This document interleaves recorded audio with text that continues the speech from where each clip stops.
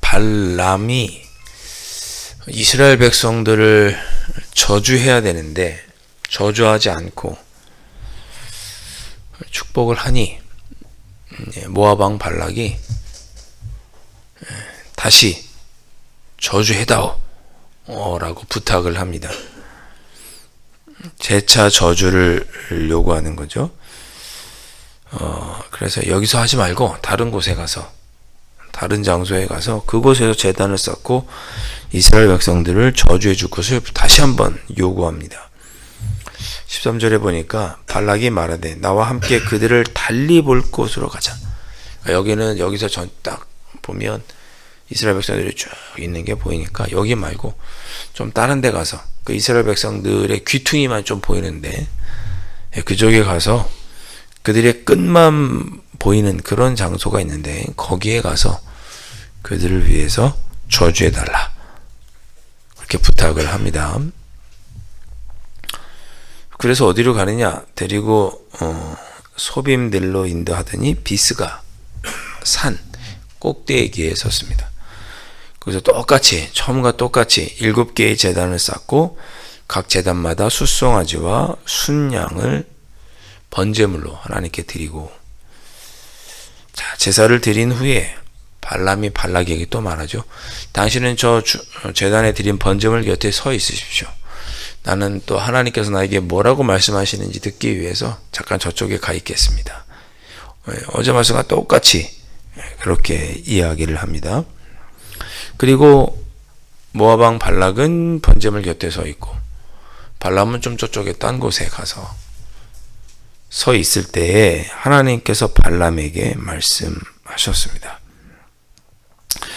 자, 어떤 말씀을 하셨는지 그 내용을 이제 발람이 듣고 모압 왕 발락에게 이야기를 해주죠.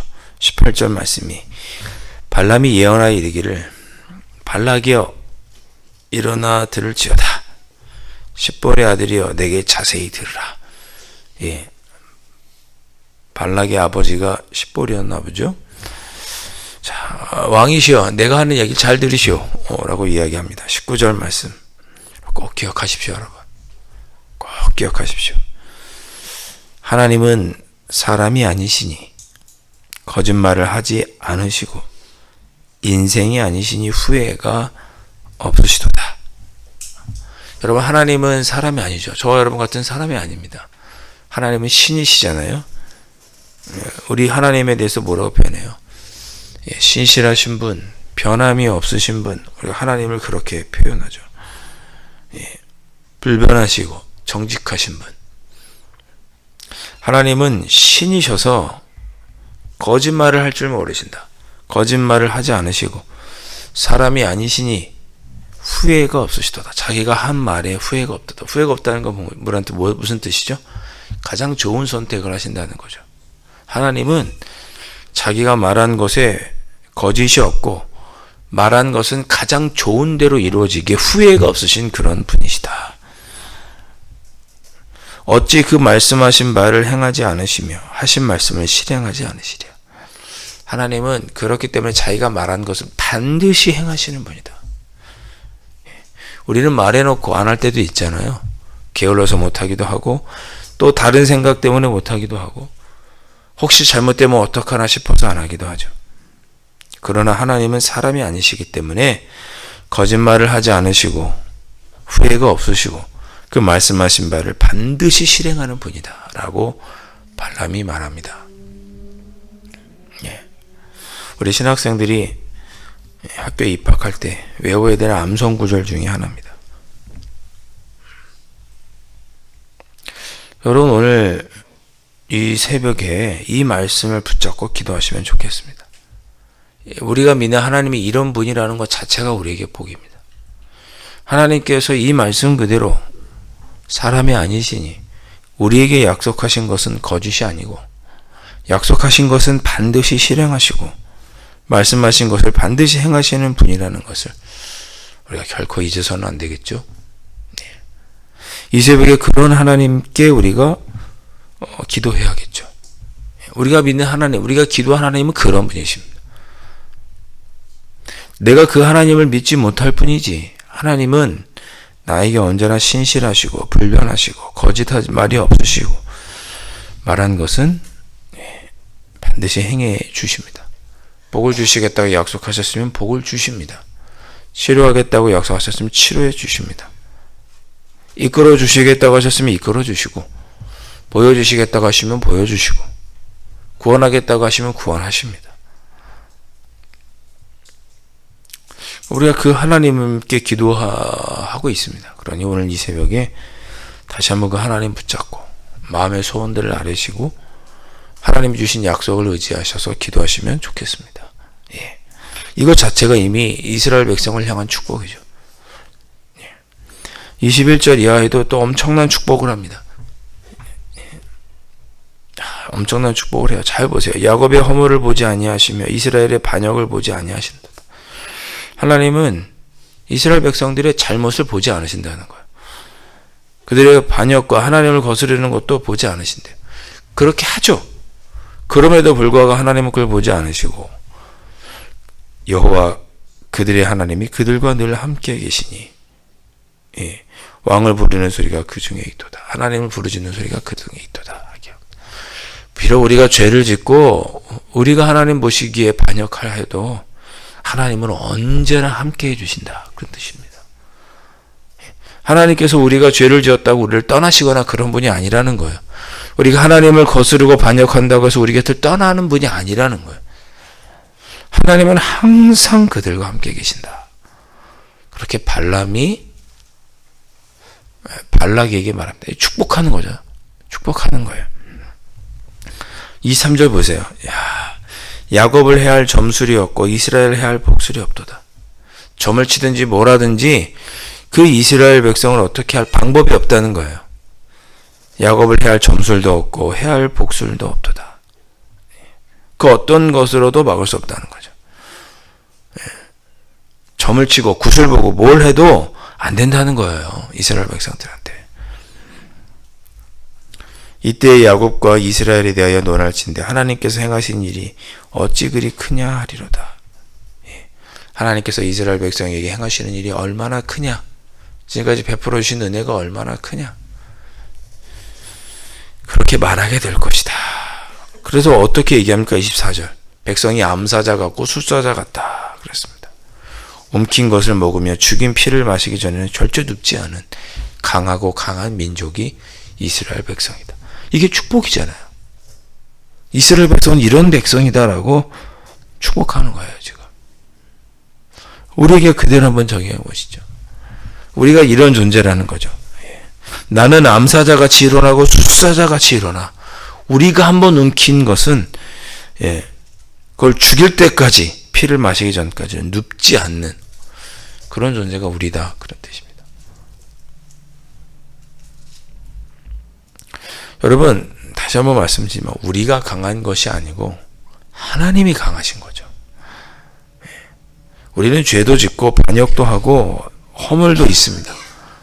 그러나 하나님께서 그런 우리와 함께 계시고 그런 우리에게 말씀하신 것은 반드시 이루어 주시는 분이시기 때문에 그 하나님이 우리와 늘 함께 계시기 때문에 우리가 암사자같이 숫사자같이 강맹해질 수가 있는 거죠.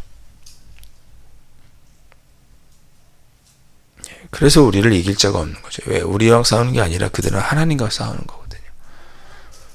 오늘 말씀이 엄청난 축복입니다, 여러분. 잊지 마십시오. 여러분은 암사자 같고 숫사자와 같이 하나님께서 약속하신 것이 이루어지기까지 반드시 승리하시는 분이 여러분이십니다. 예. 자, 그렇게 축복을 하니 25절에 모압 발락이 이렇게 말합니다. 됐다. 저주도 하지 말고 그들을 축복도 하지 말아라. 됐으니까 저주하라는 얘기 안 할 테니까 축복도 하지 말아라. 그랬더니 발람이 또 이렇게 얘기합니다. 발람이 발락에게 대답하여 이르되 내가 당신에게 말하여 이르기를 여호와께서 말씀하신 것은 내가 그대로 하지 않을 수 없다. 하지 아니하더이까. 그러니까 이스라엘 백성이 이런 백성이라고 하나님께서 지금 마음에 품고 계신 것을 내가 얘기하지 않을 수가 없다. 저도 얘기하지 않을 수가 없어요. 우리가 하나님에게 이런 귀한 존재고 이런 축복을 받는 그런 사람이라는 것을 얘기하지 않을 수가 없어요. 하나님께서 그렇게 시키시니 얘기하지 않을 수가 없다.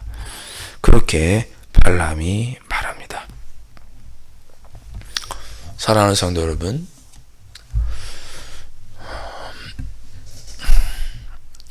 우리가 믿음이 연약해지는 뿐이지 하나님은 언제나 동일하시고 우리가 늘 함께 하시고 우리를 선한 길로 인도하시는 가장 좋은 것을 우리에게 채워주시는 하나님이십니다.